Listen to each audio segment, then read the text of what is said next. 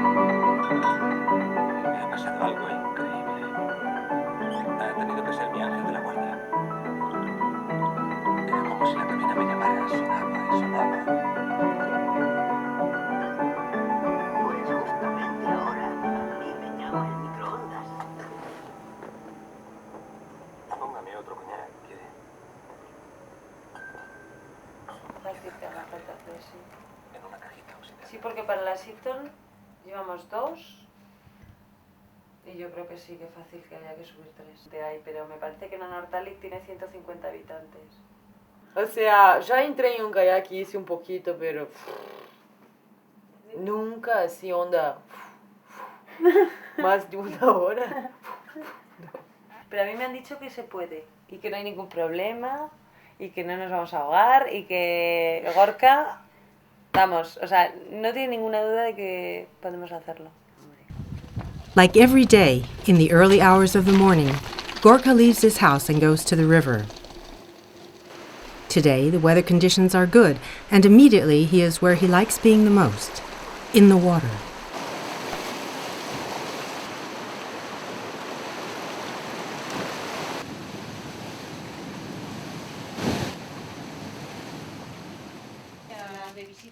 Life is calm in this small town in the Pyrenees. Gorka still has time to have coffee with his friends before he starts his job as a whitewater guide. Y luego la furgoneta os subirá otra vez al inicio para cambiaros. ¿Ok? Roberta is one of the best Brazilian mountain climbers, and she has already been in Spain for a month. She came right away, as soon as Cecilia told her about her new project. Cecilia is an internationally recognized mountain climber from Aragon, Spain.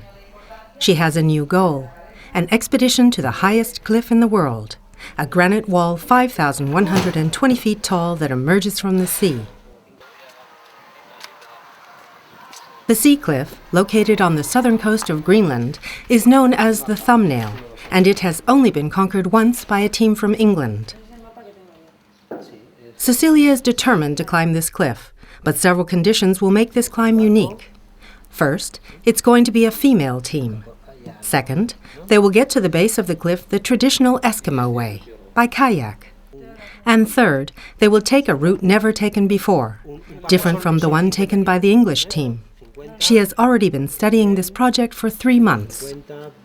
Roberta is going to be Cecilia's climbing partner, and Gorka will be the indispensable guide during the aquatic approach. The three of them form the team ready to start this adventure. They get in contact with Javier, a sea kayak specialist who, for a long time, has been planning a journey through the Greenland fjords. They share information about their future trips, and Javier, as a good teacher, introduces them to the art of rowing.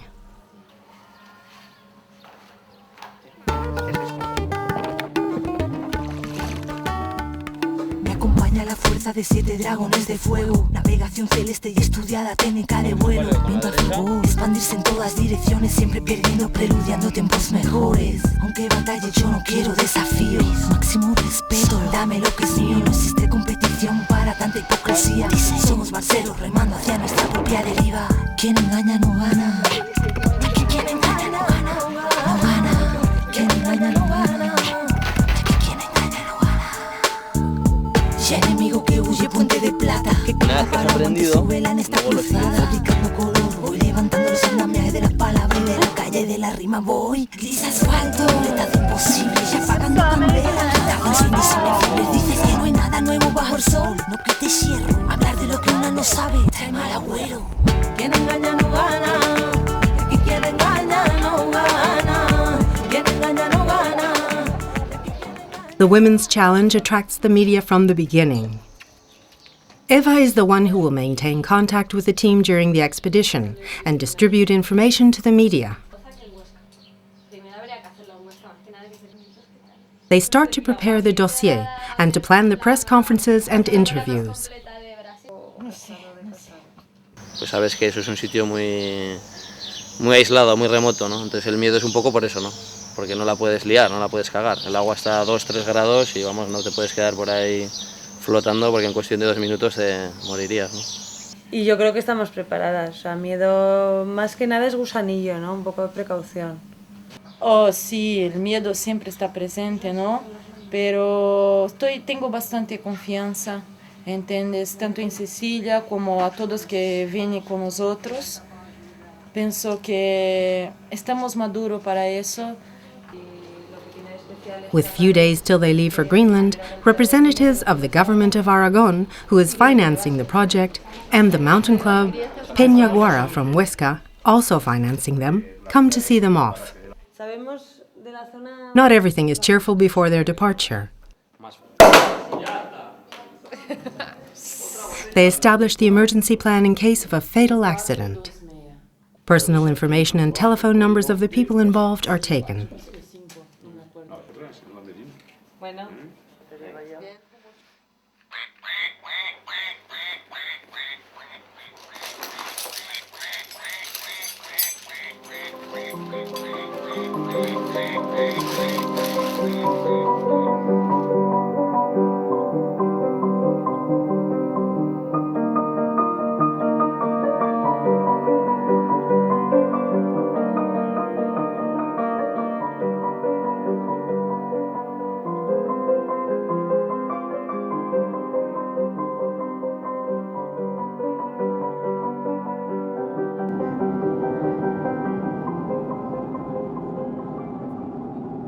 Greenland is an autonomous territory that belongs to Denmark, separated from the mainland by more than 4,000 kilometers. Paradoxically, there are no trees in the land called green. It is the largest frozen body of land in the world. Its surface is as big as Germany.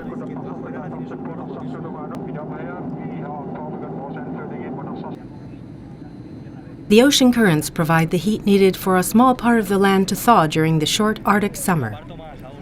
This is the reason why only 20% of the land, just some of the coastal zone, is habitable.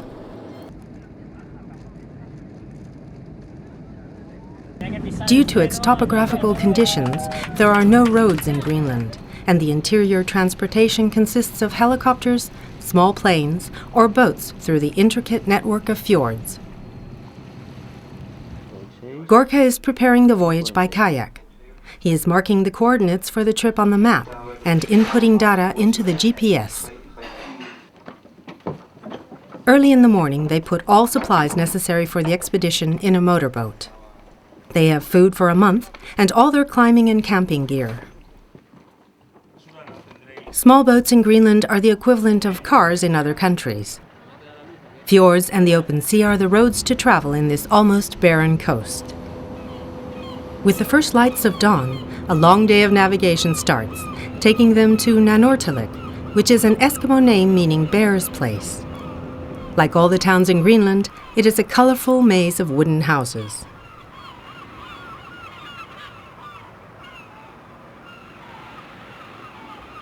A surprising reunion awaits them. Javier has been in this town for several days, searching the horizon, because he knows that the group has been planning to pass by here. It is a good time to share information. After a month of rowing alone, Javier has many stories to tell.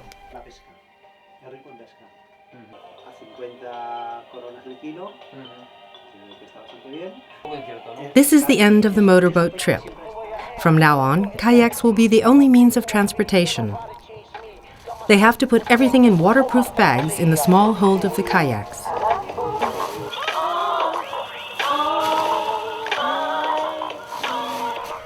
Javier proposes to go with them for this part of the trip. His experience kayaking, his knowledge of the ocean, and the fact that he has visited these waters before can be of great help to them. Finally, the so awaited and feared day has arrived. Ahead of them are 80 kilometers of very cold waters to cross in these small, fragile boats. Their adventure begins.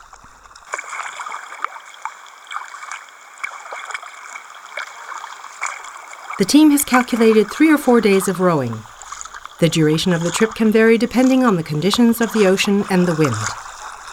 They have all their camping and climbing gear in the kayaks with them. A couple of times a day, the group lands to stretch their legs, to eat, and to verify their route. Javier shows them some edible plants. This will be very useful later on. This is the season of the ice melting, when navigation is possible, even though there are many icebergs in their way. There are also whales, seals, dolphins, and many birds.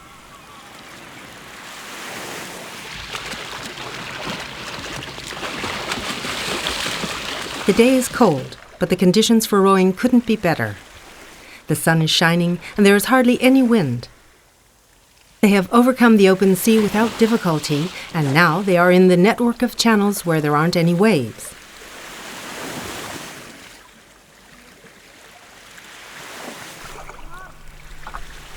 They covered 28 kilometers the first day.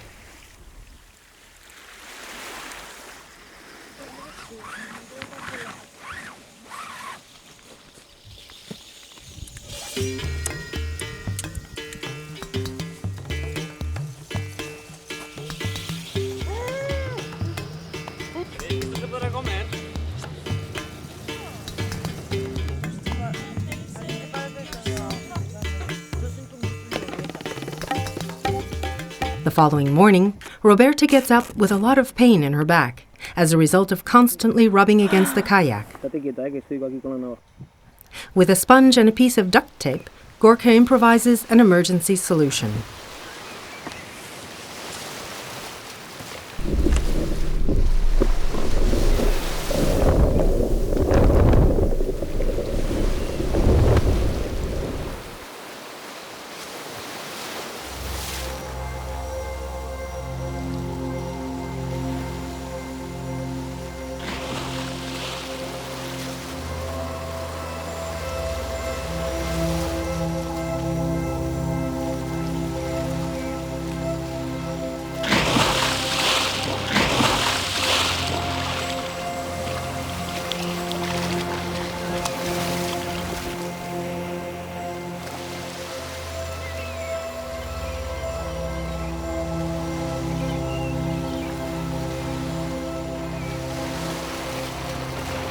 After 20 more kilometers, they get to Frederiksdal, where they will spend the night.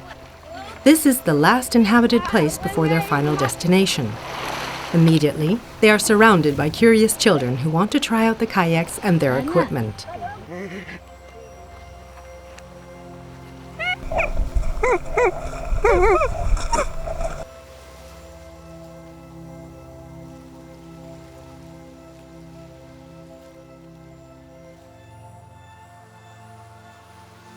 The population of Frederiksdal, like the majority of the 60,000 Greenlanders, is Eskimo. They make their living by fishing and hunting seals. Greenland is a country with very little agriculture and livestock.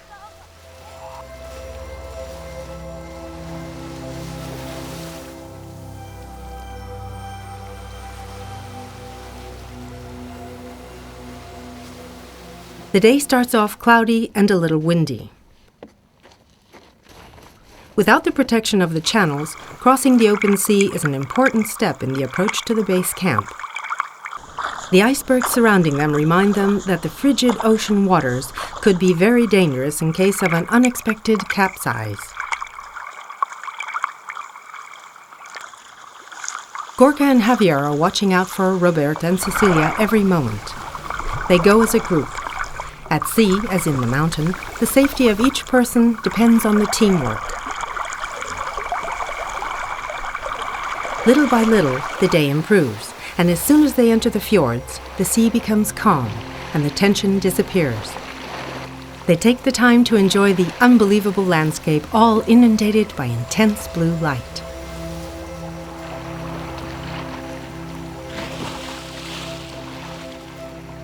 When evening arrives, they come to the fjord known as Torsukatak. Many rock needles and walls appear, coming out of the fog on both sides of the fjord. A paradise for free climbing and the big wall.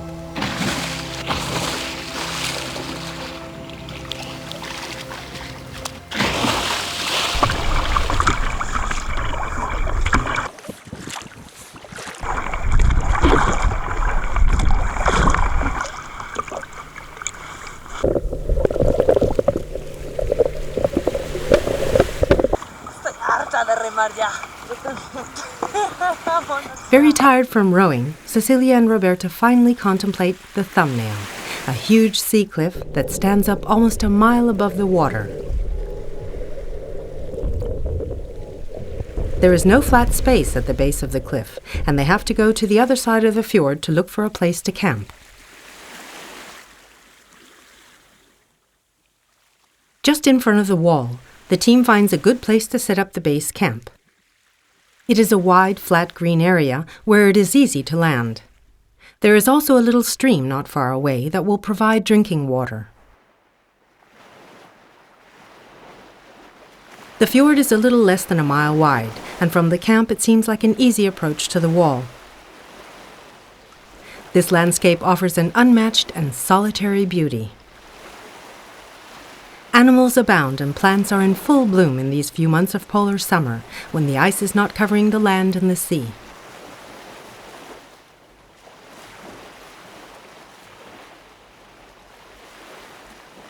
The base camp was one of the places used by the Eskimo groups who had lived on the coast of the fjords.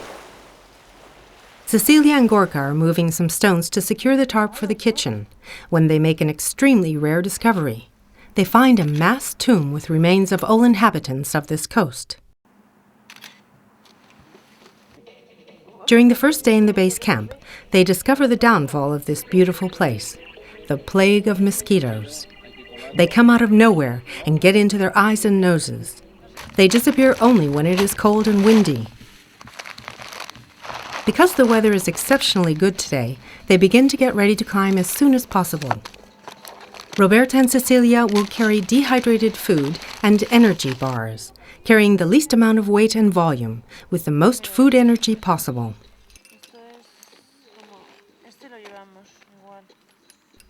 They check and calculate what climbing gear they will take. Everything depends on the type of climbing and the kind of rocks they will come across. While they are studying the supplies they will bring to the wall, Gorka makes coffee for everybody with an improvised but useful method. Roberta and Cecilia observe the wall again and again, deciding which route to take. They draw several drafts and try to memorize them. In the end, they decide to climb the main summit, the tallest peak behind the sea cliff. They have no information of anybody ever climbing this peak before from this side.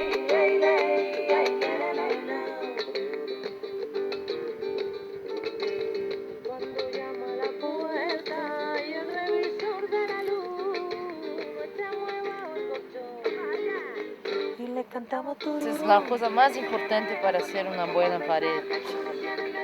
Uñas con color rojo y azul. Está bien. No lo puedo creer. ¡Qué bien! ¡Qué bueno! Que vamos a comer pescado. Además huele bien, ¿eh?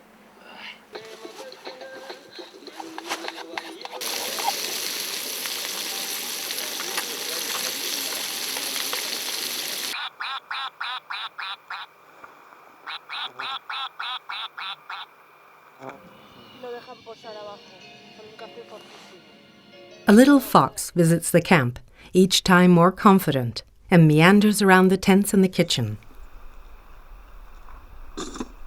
On August 1st, the team is ready, and their route has been established. Javier, after being with them for a while, is going to continue his personal adventure. Javi, un gusto. Venga. Encantado de conocerte. For him, this meeting has been one more anecdote in a solitary journey of navigation that he started a month ago and that he will continue for many more days.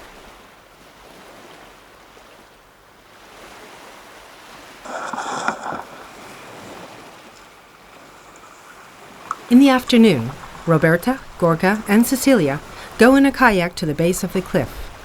They bring a lot of supplies because they think it will take them up to 8 days to climb this wall. Their goal is to have a closer look at the first line of attack. Things look different now than what they seemed through the telescope when they were 2 kilometers away. The wall is rougher than they predicted, and there aren't as many cracks as they expected. O que não consigo mirar é como vamos passar de arriba de la fisura, que hay pequeno platô, para el diedro.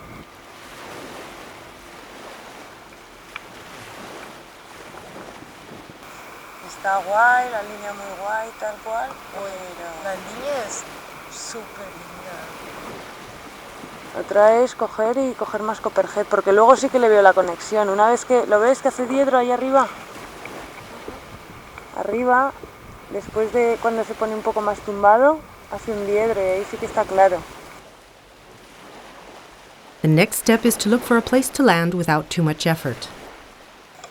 Gorka is the first one to get out, and he helps Roberta and Cecilia to do the same.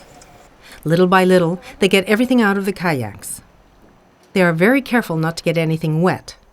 Roberta climbs to a small ledge, and from there she raises their haul bags. Getting everything to the wall has been a slow and difficult process that has taken the whole afternoon.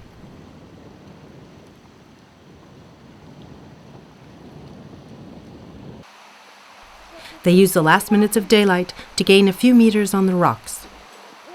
They painfully move all their equipment. They carry about 130 pounds of climbing gear, food, clothing, and sleeping bags.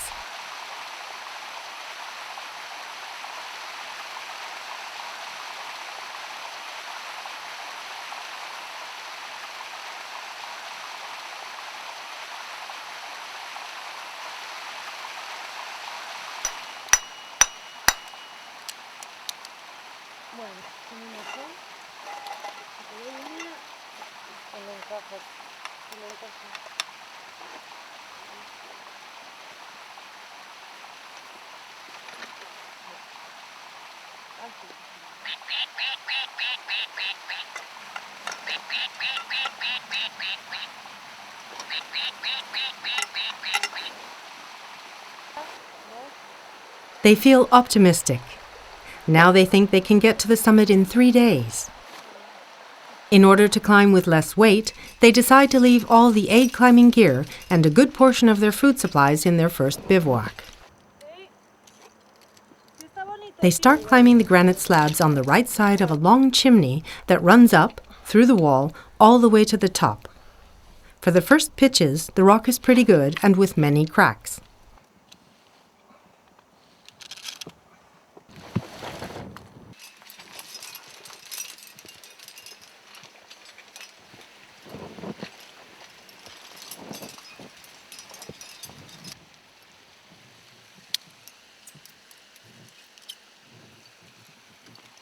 Ok, Cecilia! Reunión! Later, they find a difficult section of smooth rock. They take a short traverse and they get into the chimney. It is a gloomy zone that is dark and wet. Vamos todos ahí, de ahí para arriba. Mío aquí para dentro. ¿Ya estás? Venga. Vale. Their goal today is to get to the big central ledge in the middle of the wall. That means climbing 800 meters in one day. Muy bien. They think the ledge will be a good place to sleep.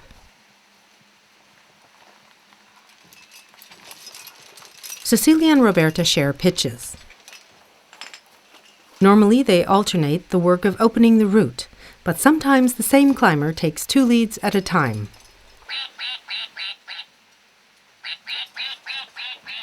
They place protections, mostly friends, and occasionally some pins. The partner below gives belay to the lead climber above. Sí.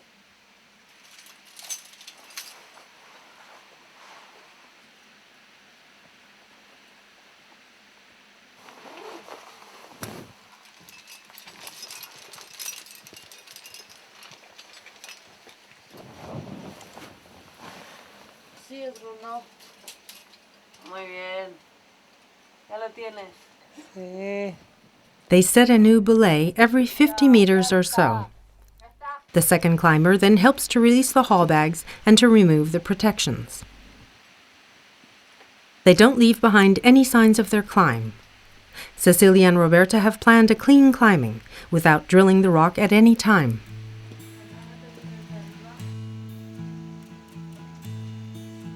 After many hours of going up, there is no sign of their goal for the day, the big ledge. At 10 p.m., after 11 hours of climbing, they come to a small ledge with 2 little streams. With their mats, they try to protect themselves from the water. They tried to take a short nap, sitting down and secured by ropes.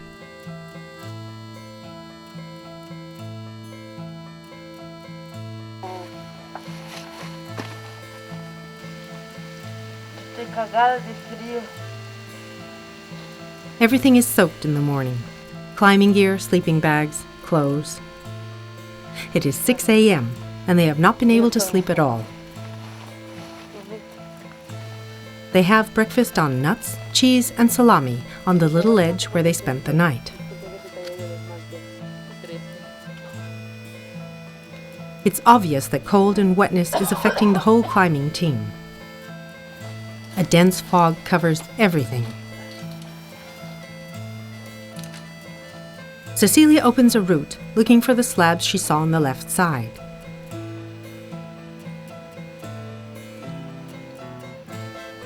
After 2 hours, a weak Arctic sun breaks the fog, little by little, and they are able to get some warmth from the first rays of sun. Soon they realized that they were too optimistic. The dry slabs on the left side have few incipient cracks. Climbing there is going to be very difficult. Their only option is to continue in the chimney. They hope to get to the middle central ledge today. It is already their 3rd day on the wall. For hours, they take turns leading and pulling their haul bags. Without stopping, they eat some energy bars. Cecilia performs aerial and athletic steps to overcome some huge blocks embedded in the chimney.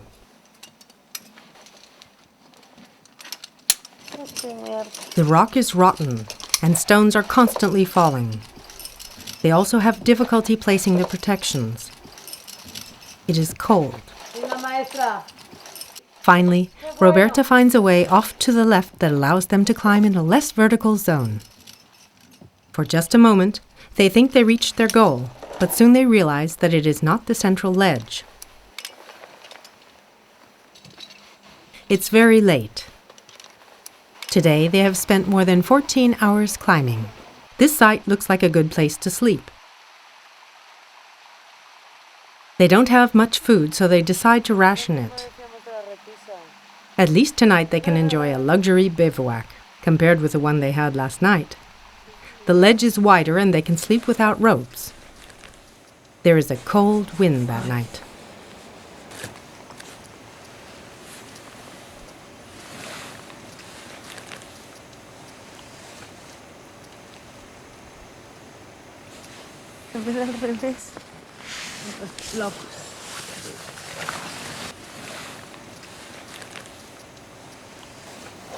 Hola Gorka, buenos días, cambio.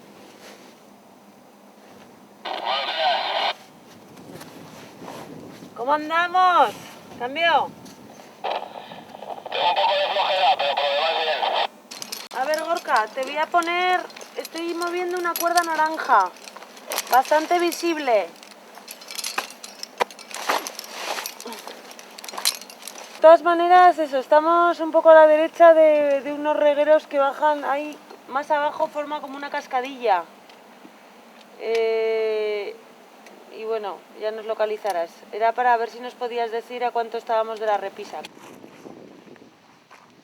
Yo conocí a José Pereira en Yosemite y luego que conocí él, fuimos a escalar ahí el Half Dome y un par de paredes, a donde pude conocer su forma de ser, no solo escalando como persona igual, que era tan fuerte, tan fuerte, tan fuerte, tan increíble y tan humilde igual. Nunca quiso se mostrar mejor o peor que yo. Cuando estábamos ahí en la montaña siempre estaba ahí como un maestro intentándome calmar porque yo tenía ganas de la cumbre, ¿no? Como que era una joya para mí y él siempre como que me intentaba me calmar y intentaba me mostrar que el camino más lindo, el camino de más evolución sería me desapegando y vivir paso a paso, ¿no? Vivir cada trecho que subíamos, vivirlo intensamente, el presente. Y si la cima viene como regalo. Y estaba ahí la noticia de José, que había tuvo un accidente en México y una ruta que había caído y que ya no estaba más presente.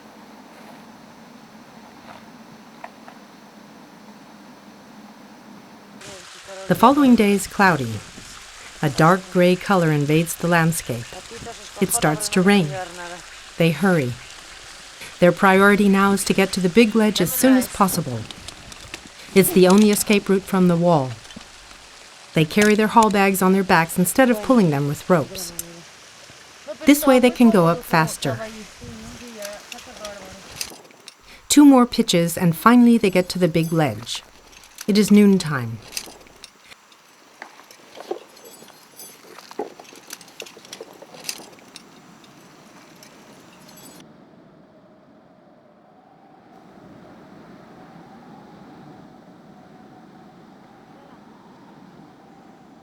They have almost no food and the clouds are threatening.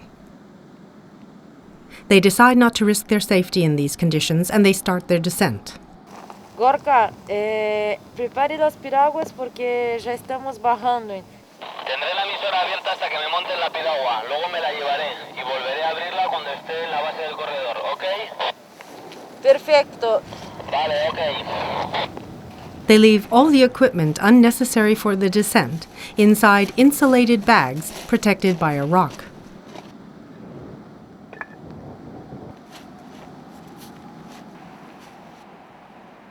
They start to cross diagonally, following the ledge.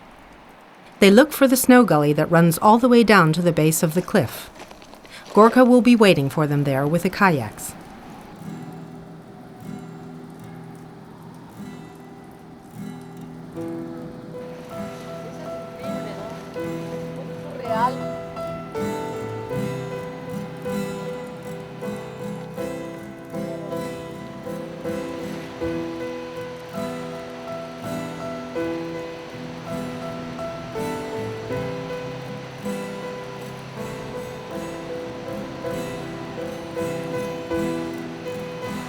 They are very tired, and it's hard to descend in the snow. There is another challenge. They need 2 rappels across 30 meters of waterfall to get to the base. They are soaked.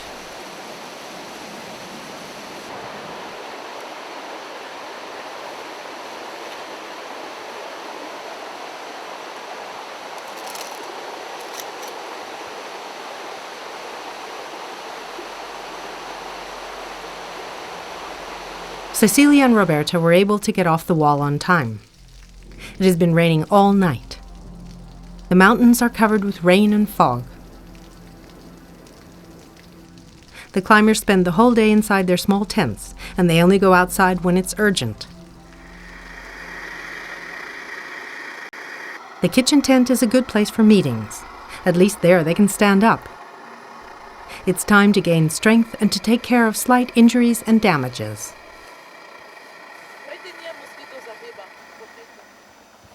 Qué fiebre con el pinta uñas, macho. Es como una droga. Caguito. No, está bien, se seca muy rápido. Ese esmalte es increíble. Cecilia takes note of their progress in the open route. These notes are going to be useful for publications when they return. Meanwhile, Roberta gets into action as she introduces Gorka and Cecilia to Brazilian cuisine.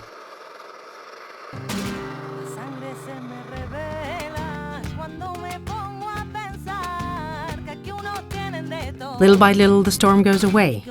The 3 of them take advantage of the calm days to continue working and to rest.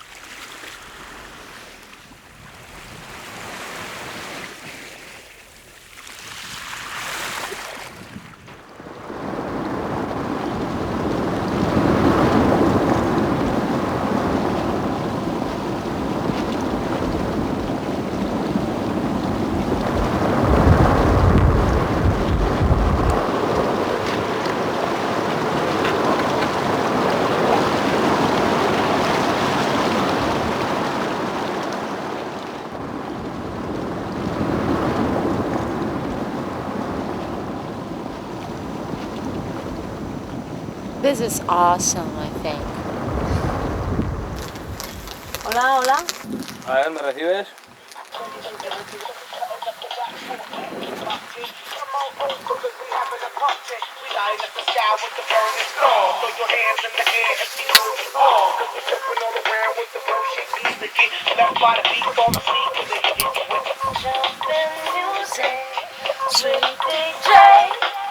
Smoke machines that blaze away. Look how we can I fall beneath the sweet and the worst.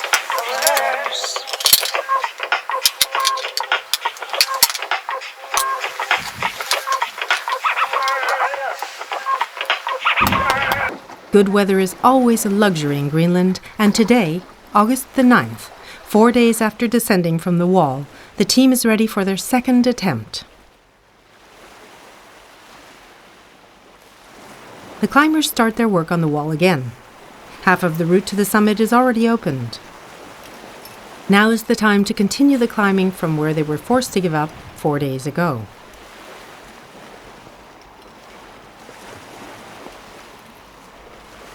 It is late afternoon when they get to where they had left their bags. The weather conditions are perfect, and they prepare a bivouac to spend the night.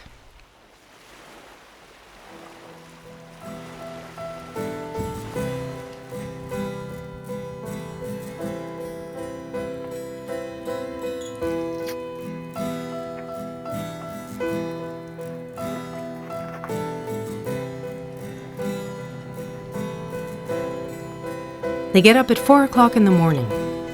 They have decided to make a fast attack to the summit. They need to go up lightweight.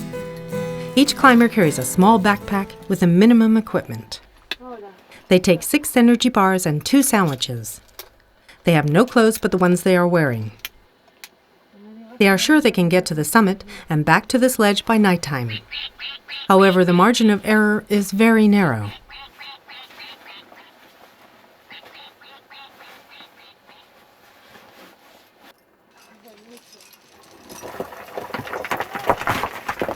At 5 o'clock in the morning, they start to climb the easy sections.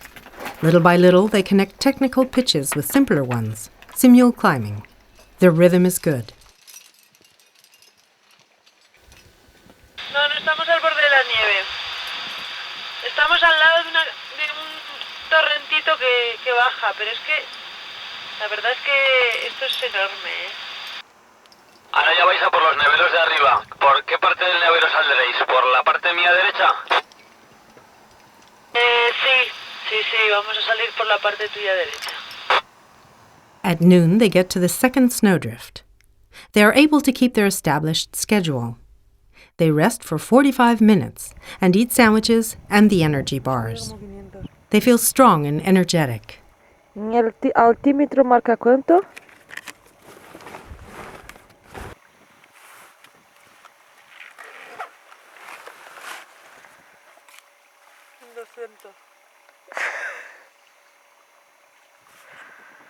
¿1200?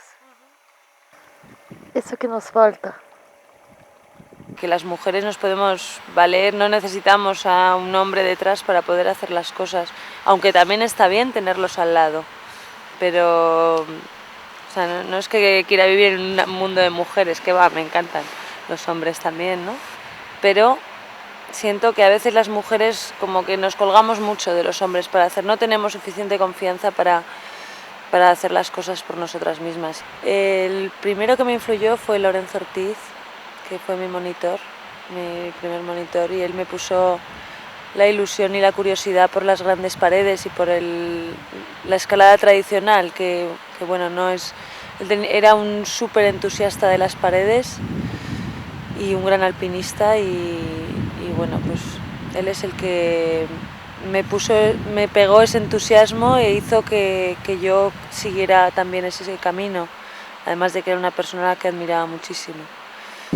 Se mató en el K2 en 95 con la expedición, bueno, una expedición aragonesa. Y bueno, ahí se quedó, ¿no? Se quedó en la montaña.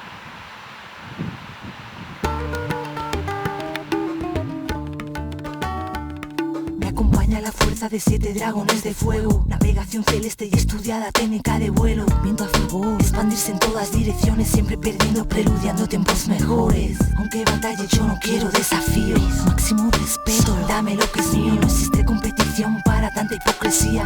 Somos barceros remando hacia nuestra propia deriva. Quien engaña no gana.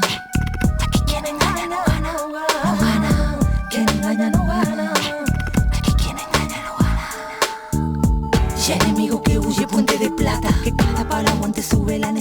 The last obstacle is the prettiest and most difficult section of the entire ascent. A vertical tower 50 meters tall, the top of Maujit Korkasasia, which crowns an ascent of 1,560 meters. At 4:30 p.m., they start climbing the big tower. There are perfect cracks where they can place their hands and some friends for their safety.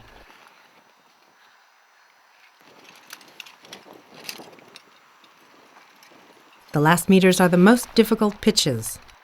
Just 15 meters below the summit, Cecilia finds a loose block. She is afraid of leaning on it and it falling on top of Roberta, who is belaying. Very carefully, she skips over the block to the left and sets another belay.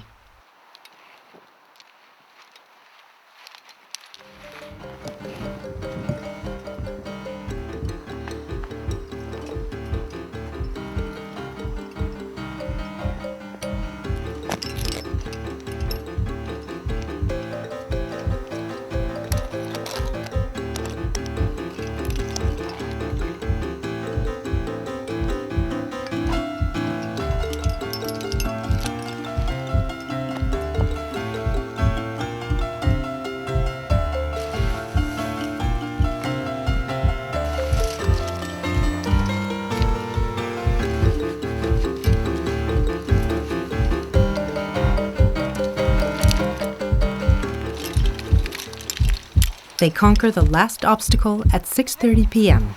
¡Esto sigue en la cima! ¡Reunión!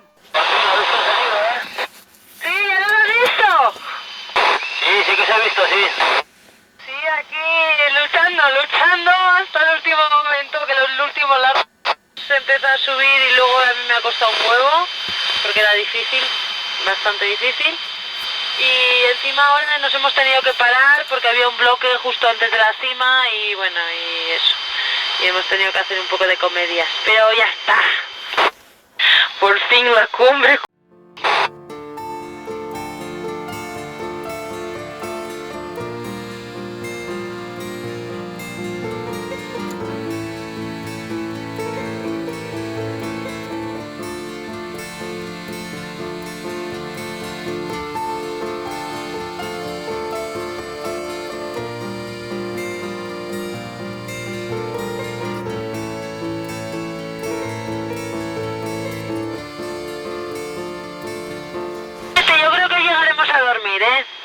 Un poco tarde, pero llegaremos. When it seems that they've finished all the hard work, all the problems start. Getting down the slope of the tower, the ropes get stuck again and again. Roberta and Cecilia have to ascend several times to recover them. Time goes fast, and thinking about the possibility of having to spend the night without protection, without any equipment, keeps them going. They rest for short periods, and they go ahead almost without seeing, with little help from their frontal lights. At noontime the following day, after 31 hours of uninterrupted climbing, without sleeping, and almost without eating, they finally get back to the central ledge. Tiene relieve, tiene cosas, sí, está bien. Y yo me quiero ir para abajo. They snack and then rest for 2 hours. They are still very tired. The temptation to stay there is strong, and they know they have to take everything down with them. The sky clouds over and the wind starts to blow. They already know what is coming. They call Gorka by radio and continue their descent. The weather is getting worse by the moment. The wind gets stronger, and when they get to the waterfall Repels, it starts to rain.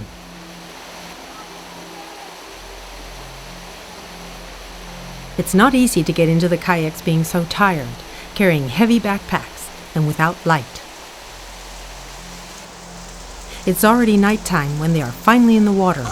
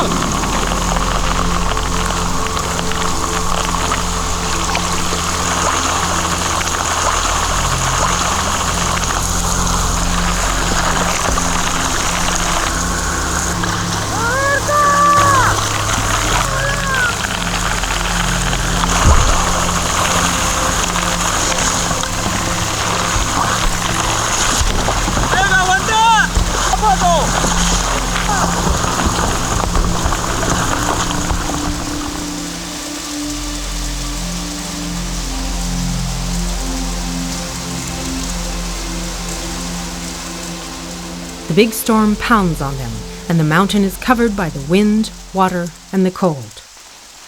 The new route already has a name, Hidrofilia, meaning obsession for the water. Once more, luck is on their side. Es que es muy bueno este esmalte.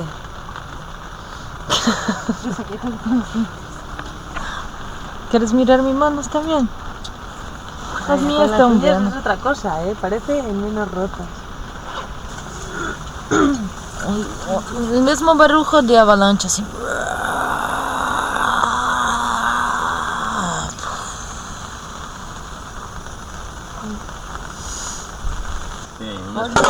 Uy, me cago en Dios, tío.